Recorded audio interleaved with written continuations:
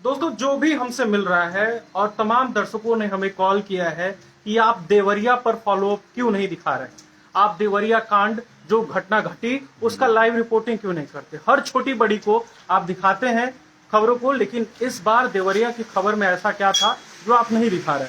बहुत ही जिम्मेदारी पूर्वक हम आपको बताना चाहेंगे कि अभी रिसेंटली हमने कुछ ऐसे खबरें चलाई जिससे फेसबुक के मोनेटाइजेशन पॉलिसी में बदलाव होने के कारण उन खबरों की वजह से हमारे पेज पे तमाम तरह के रिस्ट्रिक्शंस आ गए, जिसकी वजह से देवरिया का खबर हम तात्कालिक रूप से नहीं दिखा पाए, लेकिन फॉलोअप दिखाना आपके लिए जरूरी हो गया है, क्योंकि हम एक जिम्मेदार चैनल होने के नाते, चूंकि जिला हमारे पास का जिला है और यहाँ पर कुशीनगर में देवरिया से काफी ज्यादा लोग यहाँ पर रहते हैं, किसी की रिश्तेदारी है, किसी की कुछ है।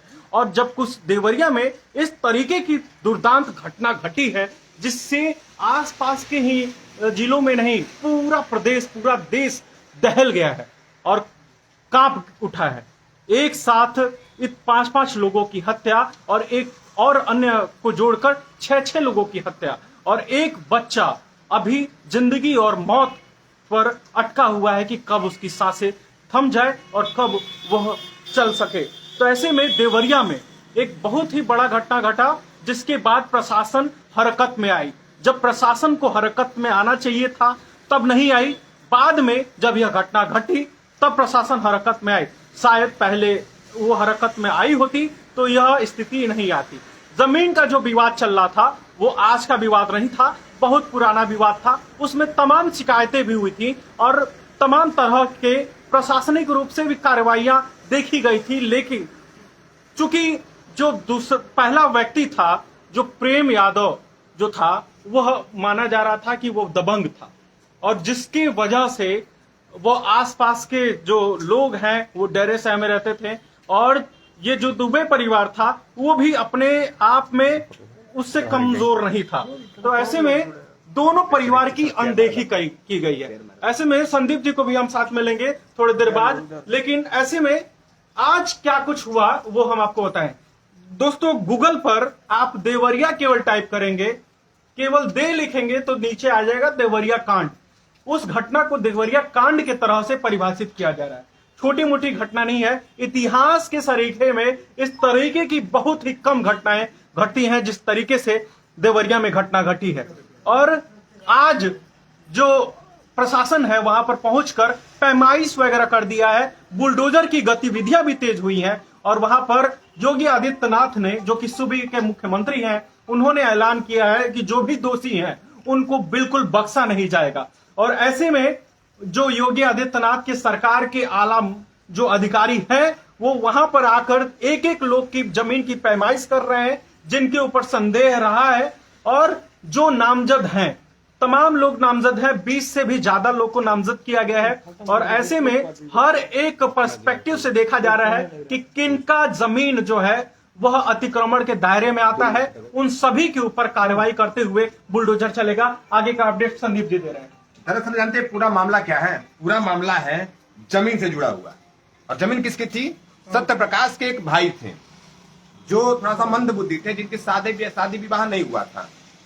शायद उनका नाम ज्ञान प्रकाश दुबे है। सारा विवाद उन्हीं की जमीन को लेकर है। 8 बीघे जमीन थी लगभग उनके पास, जिसके ऊपर प्रेम यादव की नजर थी। ऐसे में क्या होता था कि सत्य प्रकाश दुबे थोड़ा सा गरीब परिवार के थे, जो उनका देख रेख नहीं कर पाते थे। उनके पास सिर्फ जमीन थी, बाकी नौकरी चाकरी नहीं थी। उनका परिवार समझे पुरोहिती करके अपना जीवन यापन करता था। बावजूद इसके जब उनके यहाँ ध्यान नहीं रखा जाने लगा तो उनकी जमीन को देखते हुए जो प्रेम यादव है जिनकी हत्या हुई है, उनका परिवार उस ज्ञान प्रकाश दुबे जी का ध्यान रखने लगा। और एक दिन धोखे से उन्होंने उसकी पूरी जमीन कब्जे में, मतलब धोखे से अपने नाम करा ली। बस विवाद की जड़ वहीं से शुरू हुई। लेकिन सबसे हास्यास्पद बात जानते क्या है?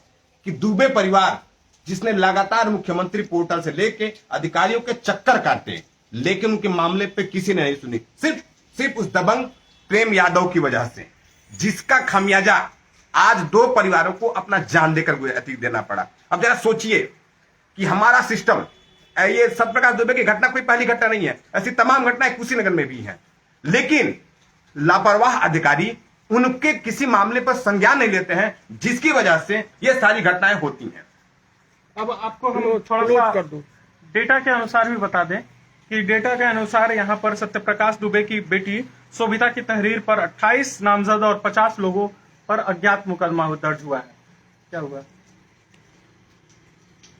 50 लोगों पर अज्ञात मुकदमा दर्ज हुआ है। इस पर आईपीसी की धारा 147, 148, 149, 34, 323, 427, 352, 452, 504 और 307 और 302 के तहत रुद्रपुर कोतवाली थाने में केस दर्ज हुआ है। वहीं मृतक प्रेमचंद्र यादव के चचेरे भाई ने दुबे के 5 लोगों पर एफआईआर दर्ज कराया है, लेकिन वहां का जो थानाध्यक्ष है उनका कहना है कि चूंकि 5 लोगों के ऊपर जिनके ऊपर एफआईआर की गई है वो 5 लोगों की मृत्यु हो चुकी है, जिस पर वो विवेचना में उनका नाम बाहर निकल जाएगा, यानी कि वो विवेचना में वह जो तहरीर दी गई है वो खारिज हो जाएगी। तो देवरिया से ये अपडेट है, जल्द ही बुलडोजर की कार्रवाई वहां पर होगी। हमारी नजर बनी हुई है, हम आपको जानकारी देंगे।